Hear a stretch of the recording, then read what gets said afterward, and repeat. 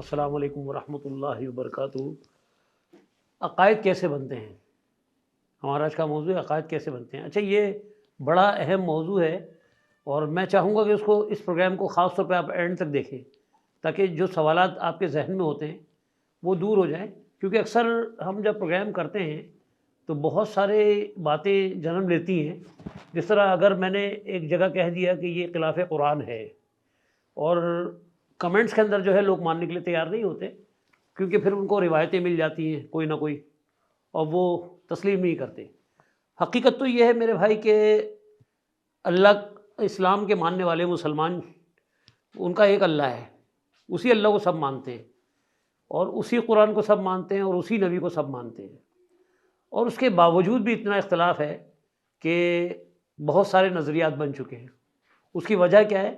اس کی وجہ صرف اور صرف یہ عقیدہ ہے جو ہم عقائد بنا لیتے ہیں نا۔ تو آج ہم غور کریں گے کہ عقائد کیسے بنتے ہیں۔ اچھا، انہی عقائد کی وجہ سے سوالات اٹھتے ہیں۔ تو عقائد جو ہے وہ اصل میں مذہبی پیشوا کو جنم لیتا ہے، عقیدہ، اور یہ مذہبی پیشوا جو ہے جب یہ آتے ہیں تو پھر یہ اس عقیدے کا پرچار کر رہے ہوتے ہیں لوگوں کو، تو پھر جو لوگ ان کے ماننے والے بنتے ہیں وہ اس عقیدے پہ چلنا شروع کر دیتے ہیں۔ اسی طرح سے یہ عقیدے، اگر ہم اس کے تھوڑا سا پیچھے چلے جائیں کہ یہ عقیدے آئے کیسے، یا مذہبی پیشوا اگر بنا ہے تو کس وجہ سے بنا ہے، تو اس کا باقاعدہ عقیدوں کا ایک علم ہے، علم الکلام کہتے ہیں اس کو۔ آپ جائیے سرچ کیجئے علم الکلام، یہ سب اعتراف کرتے ہیں، اس بات کا کوئی ایسا نہیں ہے کہ کوئی منکر ہوگا کہ نہیں یہ بات غلط ہے، سب مانتے ہیں، علم الکلام کو سب مانتے ہیں، اور یہ علم الکلام ہی کی وجہ سے عقائد بنتے ہیں۔ تو علم الکلام وہ علم ہے جو عقیدوں کو بناتا ہے۔ اچھا، اب یہی علم الکلام آگے چلتا ہے اور اس کا پرچار جب کرتے ہیں وہ مذہبی پیشوا کہلاتے ہیں، اور یہ صرف یہ مسلمانوں میں نہیں ہے، اس سے پہلے جتنے مذاہب بنے سب کی بنیادیں یہی رہی ہیں۔ یعنی جب بھی اللہ نے دین بھیجا لوگوں کے پاس تو وہ اس کے اندر بحثیں کرنے لگے، تو یہ علم الکلام کے ذریعے، یعنی ایک ایسا علم انہوں نے بنا لیا۔ وہ اکثر آپ نے سنا ہوگا کہ قرآن کو سمجھنے کے لیے پتہ نہیں 14 علوم چاہیے، کوئی کہتا ہے 17 علوم چاہیے۔ تو اس میں سب سے بڑا جو مسئلہ ہے وہ یہی علم الکلام کی وجہ سے ہی ہوتا ہے۔ ویسے تو بہت سارے علوم ہیں، جیسے اس عربی کو سمجھنے کے لیے صرف ہے، نحو ہے، ٹھیک ہے، روایت کو سمجھنے کے لیے علم الرجال ہے۔ تو یہ جو اتنے سارے علوم لگے ہوئے ہیں، اور حقیقت میں دین کو بگاڑنے کی وجہ بھی یہی علوم ہے۔ اگر یہ علم الکلام اتنا اچھا ہوتا تو آج نظریوں میں اتنا اختلاف نہیں ہوتا۔ یعنی کہ اگر میں یہ کہوں کہ جیسے حنفی مذہب ہے، ٹھیک ہے، اب یہ دین کی بات نہیں ہو رہی، مذہب کی بات ہو رہی ہے، حنفی مذہب ہے، کیونکہ شافعی مذہب الگ ہے، وہ فلانا مذہب الگ، اور یہ میں نہیں کہہ رہا، یہ ان کی کتابوں میں یہی لفظ استعمال کرتے ہیں، یہ مذہب، شافعی مذہب، حنفی مذہب، مالکی مذہب۔ تو میں اگر اس میں سے ایک کو پکڑ لیتا ہوں بیس بنانے کے لیے، کہ ہم لے لیتے ہیں حنفی مذہب کو۔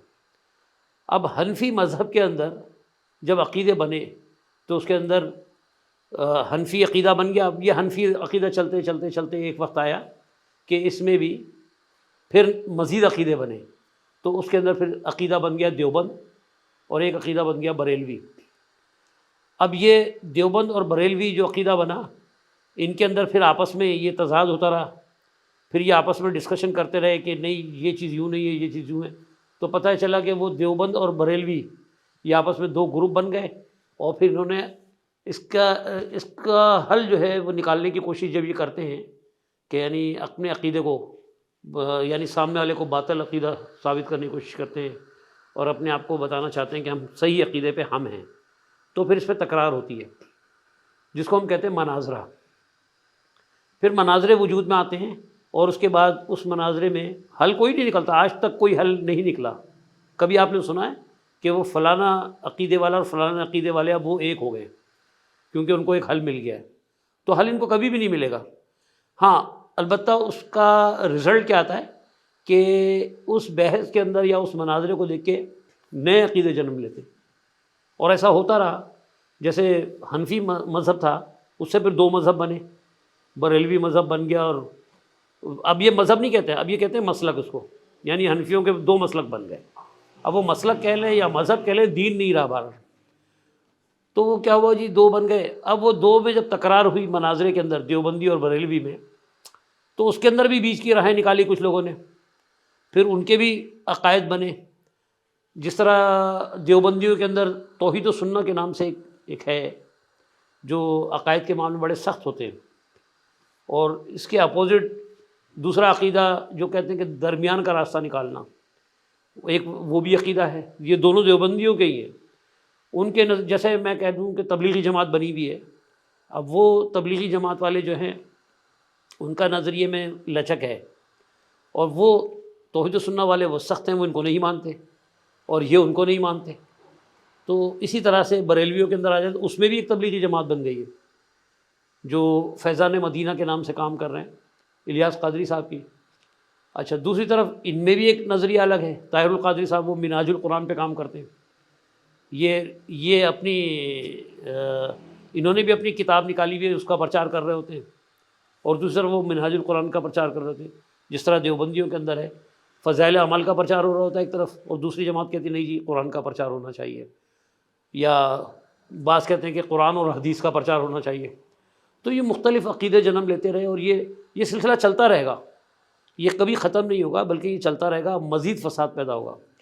تو جو لوگ اکثر جو ہے میں نے کمنٹس کے اندر میں نے پڑھے، اور پڑھنے کا مجھے کوئی اعتراض نہیں کسی پہ، کہ مجھے کسی سے کوئی اعتراض نہیں ہے کہ اگر وہ نہیں مانتے یا وہ کمنٹس کرتے ہیں، اچھی بات ہے، سوال کریں، سوال کرنے پہ منع نہیں ہے. میری کوشش ہوگی کہ میں آپ کے سامنے قرآن بیان کر دوں.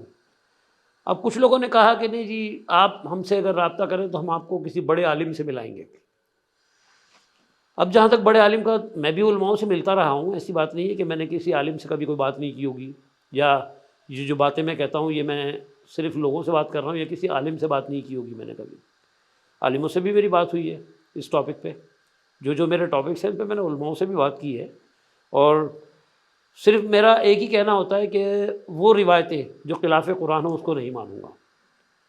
جس طرح ایک صاحب سے میری بات ہوئی عہد الست کے اوپر، تو مجھے دعوت دی گئی تھی اس زمانے میں کہ آپ تبلیغی جماعت میں وقت لگائیں. مجھے کسی پہ کوئی اعتراض نہیں تھا، میں نے ان سے حامی بھری. میں نے کہا ٹھیک ہے میں 3 دن آپ کے ساتھ لگا لیتا ہوں.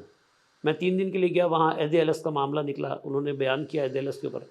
میں نے اعتراض اٹھایا، میں نے کہا جی جو آپ نے کہا ہے کہ اللہ نے روحوں سے کلام کیا، ٹھیک ہے، اور تمام روحیں جو ہے وہ انہوں نے اقرار کیا کہ الست بربکم، اللہ نے کہا، تو انہوں نے کہا قالوا بلا. میں نے کہا یہ سوال روحوں سے نہیں ہوا. تو اس کے اوپر ان کو اعتراض تھا، انہوں نے کہا جی وہ تو پھر کسی عالم سے جو ہے نا رجوع کرے. میں نے کہا ٹھیک ہے میں تیار ہوں بات کرنے کے لیے. تو وہاں پر ایک عالم کو، اور یہ پروگرام میں کر رہا ہوں، اگر ان میں سے کوئی سن رہا ہوگا تو وہ بھی اس بات کو تصدیق ہو جائے گی. تو انہوں نے ایک عالم سے رابطہ کیا، اس کو بلایا، کیونکہ میں 3 دن وہاں ان کے ساتھ تھا. تو ویری نیکسٹ ڈے ایک عالم سے میری ملاقات ہوئی وہاں پر، انہوں نے بلایا تھا کال کر کے. تو ان سے جب بات ہوئی تو میں نے قرآن کھول کے ان کے سامنے رکھ دیا. میں نے کہا یہاں جو لفظ آ رہا ہے، یہ جو آیت کوٹ کی جاتی ہے، اس میں مجھے آپ صرف یہ دکھا دیں کہ روح کہاں پر ہے. وہاں پر جو لفظ کہا جا رہا ہے وہ ذریت کا لفظ ہے، ذریت اولاد کو کہتے ہیں، اور اسٹارٹ ہی آیت یہاں سے ہو رہی من بنی آدم سے. اب بنی آدم سے مراد بھی روح نہیں ہے، اور ذریت بھی روح کو نہیں کہتے. تو وہ میں نے کہا روح تو دکھا دیں مجھے کہاں ہے. اس پوری آیت میں کہیں روح تو ملی نہیں. اب کیونکہ وہ روایتی ترجمہ ہے، ترجمہ میں نہیں ہے، جبکہ وہ روایت سے لیا جاتا ہے. تو جب قرآن کے اندر بیان کچھ اور ہے اور اس کے خلاف بیان کرنا اور روحوں سے خطاب کروانا اللہ کا، جبکہ اللہ نے تو نہیں کہا کہ اللہ نے روحوں سے بات کی. وہاں خطاب ہو رہا ہے بنی آدم سے اور ان کی ذریت سے. اب میں نے ان سے کہا کہ یہ ڈکشنری ہے میرے پاس بھائی، اس میں دکھا دیں مجھے اگر ذریت کے معنی کہیں روح کے ہوتے ہیں تو بہرحال انہوں نے یہ کہا مجھ سے کہ ٹھیک ہے، اس کے اوپر بڑے اختلافات بھی ہیں اور یہ بھی ہے کر کے انہوں نے مطلب اس کو درگزر کر دی وہ بات. کہہ لگے نہیں ٹھیک ہے اگر آپ یہ سمجھتے ہیں تو آپ یہ سمجھیں، مجھے کوئی اعتراض نہیں ہے. بہرحال وہ جو صاحب جنہوں نے بیان کیا تھا ان کے بہرحال یہ بات سمجھ میں آ گئی. تو انہوں نے دوسرے دن پھر دوبارہ بیان کیا، اور اس کے اندر انہوں نے مطلب یہ کہا کہ بنی آدم سے اللہ تعالیٰ نے خطاب کیا. تو کہنے کا مطلب یہ ہے کہ علماؤں کی جہاں تک بات ہے کہ عالموں سے میں بھی ملتا رہا ہوں، مجھے ابھی نہیں 30 سال ہو گئے مجھے اس فیلڈ میں. تو ایسا نہیں ہے کہ میری کسی سے ملاقات نہیں ہوگی، بلکہ عالم سے ملنا میرے لیے آسان ہوتا ہے، کیونکہ جب میں کسی سے بات کرتا ہوں تو وہ پھر کسی عالم کو تلاش کرے گا، اور اگر عالم میرے سامنے ڈائریکٹ موجود ہو تو میں اس کے سامنے رکھ سکتا ہوں کہ بھائی یہ کلام ہے، اس کو آپ ثابت کر دیں.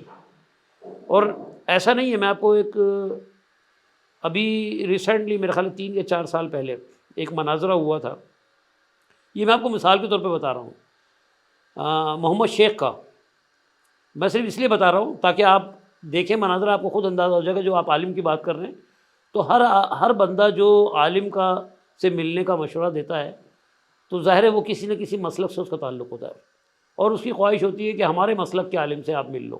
وہ اپنے مسلک کی طرف لانا چاہتا ہے، وہ چاہتا ہے کہ سارے مسلمان ایک ہی مسلک میں آ جائیں.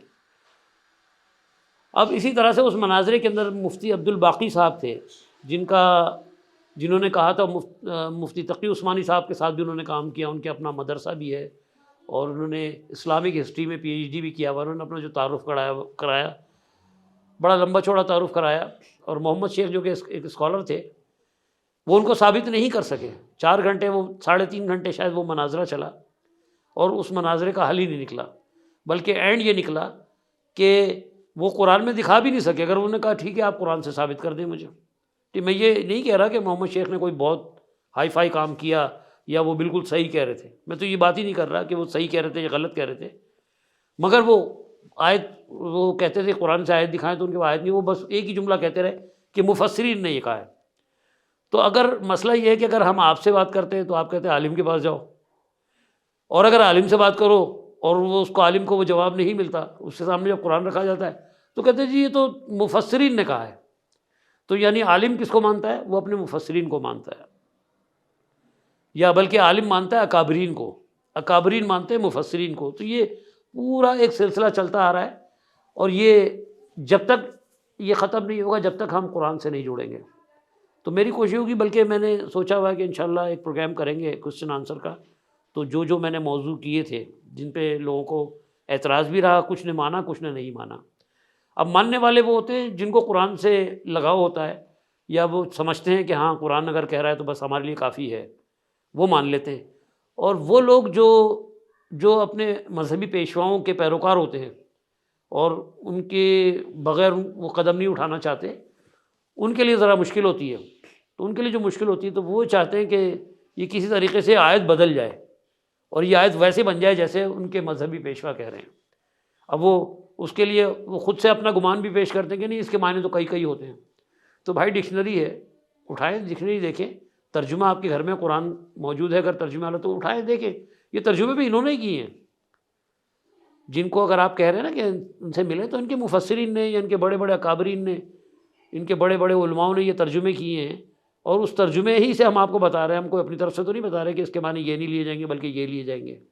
میں نے آج تک کبھی نہیں کہا، بلکہ میں تو آپ کو کوشش یہ کرتا ہوں کہ تقریباً 15 ترجمے میرے موبائل میں ہیں، میں کوشش کرتا ہوں اسی میں سے کوئی ترجمہ، اسی لیے موبائل لے کے بیٹھ جاتا ہوں کہ جی کسی کو کوئی اعتراض ہو تو میں کہہ سکوں کہ جی یہاں لکھا ہوا ہے، میں اپنی طرف سے نہیں کہہ رہا، تو میں پڑھ کے سنا دیتا ہوں، حالانکہ بھلے وہ آسان الفاظ ہو. اب اللہ تعالیٰ قرآن میں کہتا ہے کہ اللہ کی رسی کو مضبوطی سے تھام لو اور فرقوں میں مت بٹو.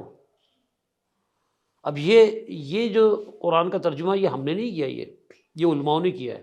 اب چاہے وہ دیوبندی کا ہو، بریلوی کا ہو، اہل حدیث کا ہو، سب نے ایک ہی ترجمہ کیا ہے، اور سب کا کہنا یہی ہے کہ اللہ کی رسی سے مراد قرآن ہے. وَاعْتَصِمُوا بِحَبْلِ اللَّهِ جَمِيعًا وَلَا تَفَرَّقُوا، یہی ہے. اس آیت کا ترجمہ سب نے جتنوں نے بھی کیا ہے، آپ اٹھا کے دیکھ لیں، انہوں نے ایک ہی ترجمہ کیا ہے، سب متفق ہیں اس پہ. اور یہ بھی کہنا ان کا کہنا ہے کہ اللہ کی رسی سے مراد قرآن ہے.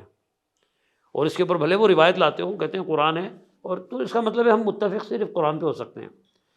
اگر ہم قرآن پہ متفق ہو سکتے ہیں اور جب قرآن کی کوئی آیت پیش کی جاتی ہے تو اس پہ پھر اعتراض کیسا؟ وہ اعتراض صرف اس لیے ہے کہ جو لوگ مذہبی پیشواؤں کو مانتے ہیں وہ اس کے اندر اس کو اس طرح سے نہیں لینا چاہتے، وہ اس کو اس طرح سے لینا چاہتے ہیں جس طرح ان کا مذہبی پیشوا ان کا بیان کرتا ہے.